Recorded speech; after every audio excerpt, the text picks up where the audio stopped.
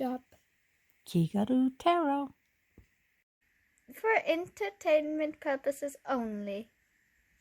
Only? Only. Hi friends, this is Terry from Kigaru Tarot, and I'm going to finish my series on manifestation with my fourth story. It's an interesting one, but I think that the message or the lesson is very much different than actually manifesting. So in my fourth story, I have a best friend, and she's a realtor. She's kind of a newish realtor.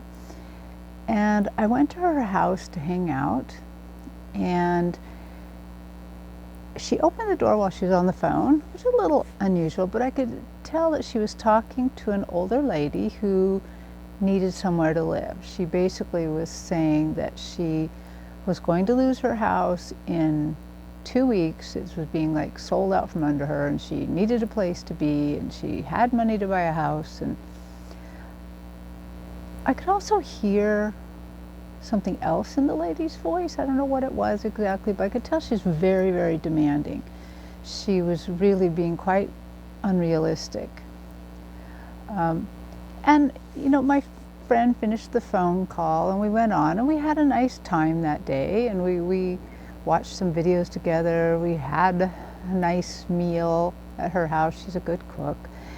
And after a bit, she said, you know, I really want to do something spiritual with you.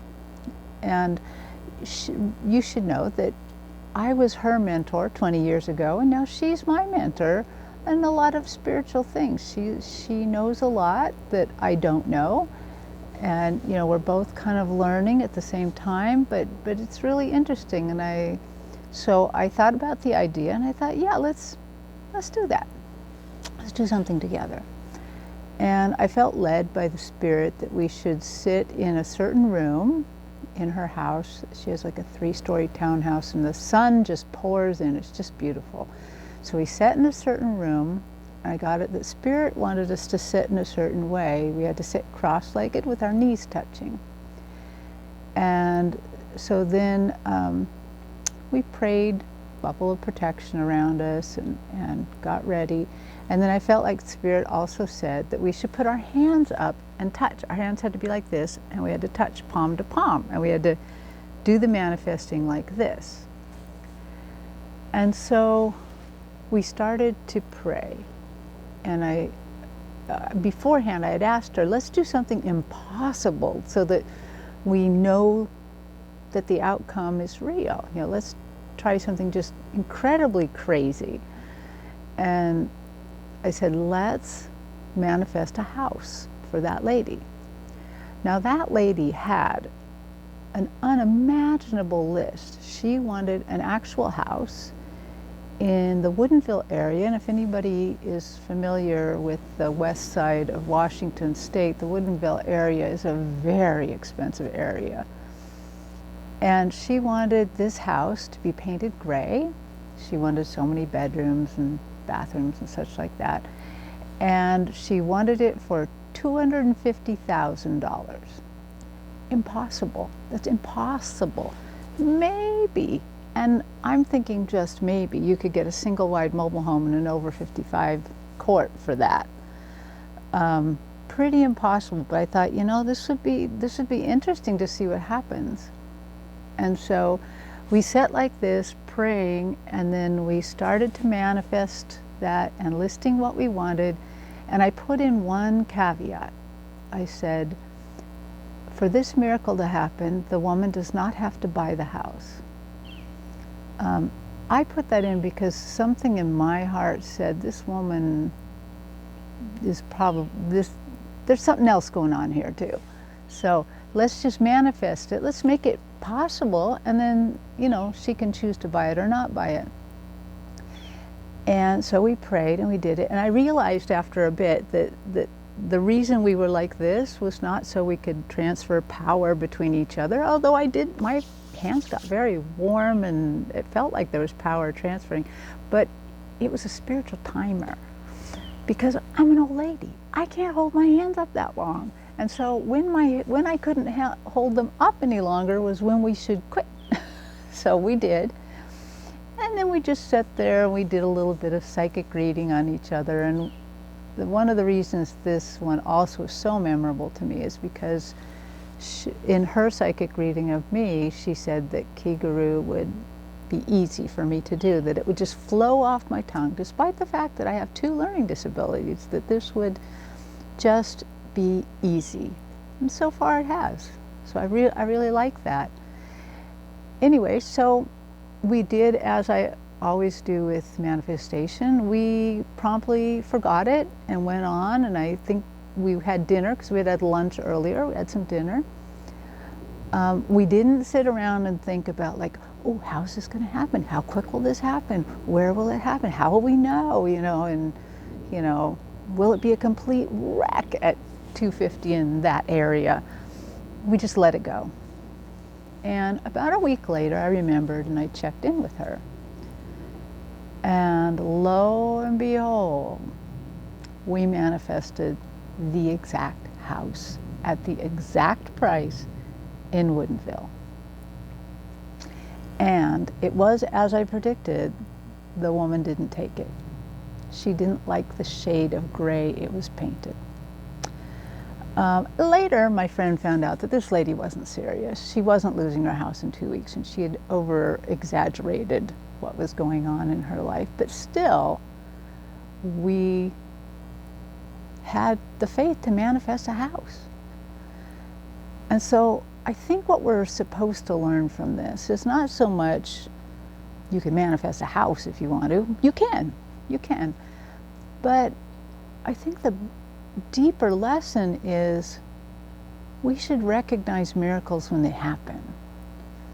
I think miracles probably happen in our lives all the time, and we often just don't notice it, or we don't thank the Creator for them, or we just don't recognize what the miracle is. Maybe the miracle is we just woke up and took a breath, But that's what my takeaway is. I hope that in the comments below you'll tell me your takeaway, because I love to hear from you. I love it when you tell me what you get out of these, because I really feel these are not just lessons for me to learn, they're lessons for everybody to learn. And if you tell me what you learn, maybe I don't have to go through the hard times to learn it too. So I just love that. So I'm going to do a little bit of readings. So hang on, stay with me, and I'd like it if you subscribed and hit the thumbs up button. And if you feel like sharing, go ahead, and I'm going to read some questions. Everybody can send me some questions at kigurutaro@gmail.com. And I really want simple questions, I don't want political ones, I don't want very long ones. Give me a little bit to go on. You can read the description for more of what I want from the questions. But I have a couple we'll do today. Thank you. Okay, now I'm going to do some readings on some small questions. I'm also going to pull cards on this, just my angel cards, because I feel like I need extra help today. So the first question I have is that AD has been told that she should do some writing, and that she should be channeling a spirit or a higher soul group and publish what comes. So she wants to know what I pick up on this. So, my guides are a little cheeky today. They are, it was just on practice and then on Allie's channel, and they're cheeky. And they're saying, what are you waiting for? Come on, keep going. We'll give it to you when you get there. So, yeah, go ahead, do this. Start writing it down. Start taping it if you have to on, Zoom, or like I just record on my phone. Yeah, they're kind of saying, what What's stopping you? Keep going. So don't be afraid. Push past that fear and do it. Okay? That's what I get, and I'm gonna pull an angel card for you to see what other kind of information they might have for you.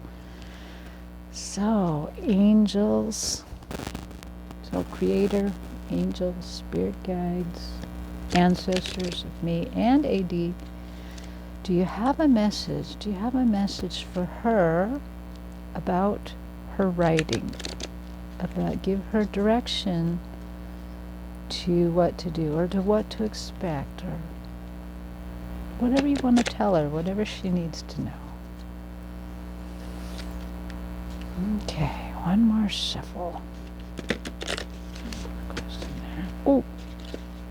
Oh my goodness. Oh, okay. Sorry, this is going to be a little longer because they just threw out 2 cards and I haven't even cut the deck yet. Okay. Wow. Okay. Oh, they want to say something to you, all right. I don't know. Does this make it backwards? I think it does. Shoot. I'm just going to read it to you, and later on I'll take a picture of this and send it through email, okay? The first card says breakthrough. How many beautiful heartfelt wishes have been crushed by fear? How many times has society's voice of disapproval cast a shadow on your dreams? It is time to break free of these false beliefs and realize your dreams. Allow your heart to guide you. Trust your inner guidance. The time is right. Ooh, AD, get going. Get on it. Okay, now this is what just popped. They popped these right out of the deck. The first one is courage.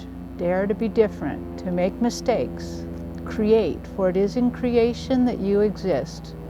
In this world of dreams that stem from the eternal heart, you are one with all creation. All is possible. Go forth and be true to yourself, for it is only through being true to you that you can be true to others.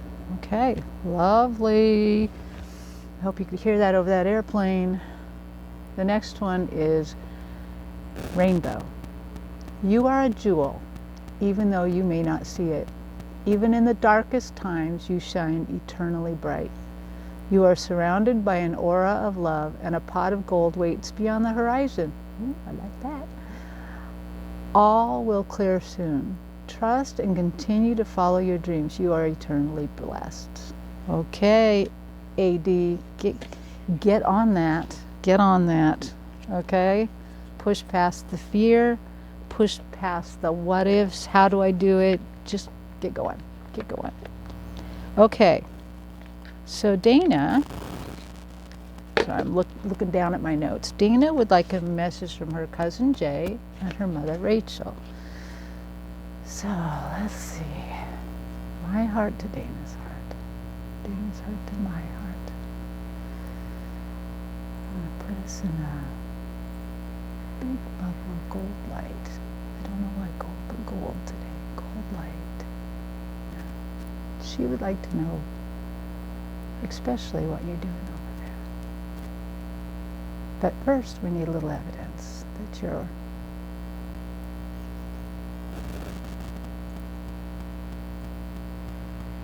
okay. This is a little, I've never had this happen, but I heard Jay say use the cards. So it's, you know, usually I get a message or a vision or something like that, but he's saying use the cards, use the cards. So hang on here, let me shuffle. Jay, tell us your message for your sister Dana. What do you want her to know? What is important? I don't interpret these cards ever. They're a gift to you. They're your card. I just give it to you. So this is what he is saying to you. Positive change. Dare to be different. When you are criticized, remember that you will never please everyone. Many brilliant and gifted individuals were not fully appreciated or understood in their own lifetime. Yet it is often they who have sown the seeds of change. Ooh. Jay, do you have any? Jay, thank you for that message. Would you mind showing me what you're doing, where you're at, what you're doing? Or just a message for Dana.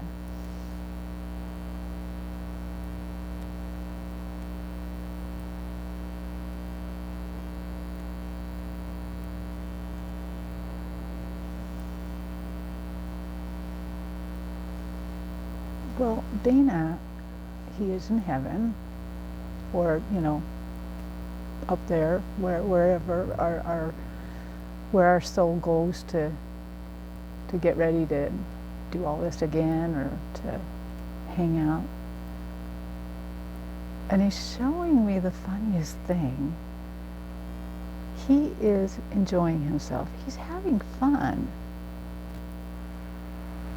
And it's funny, he's showing me a street of gold, the proverbial street of gold. I'm seeing a curve, I'm seeing him from afar, kind of. And he is sliding on it. He's skating. He's like whizzing around this. But it's not, I don't know I don't see anything on his feet. It's not like a skate but somehow it's like ice, and he's skating, and he's having such a good time, and he's whooping it up, and okay, well, he's having a good time over there, okay? And he had that message for you.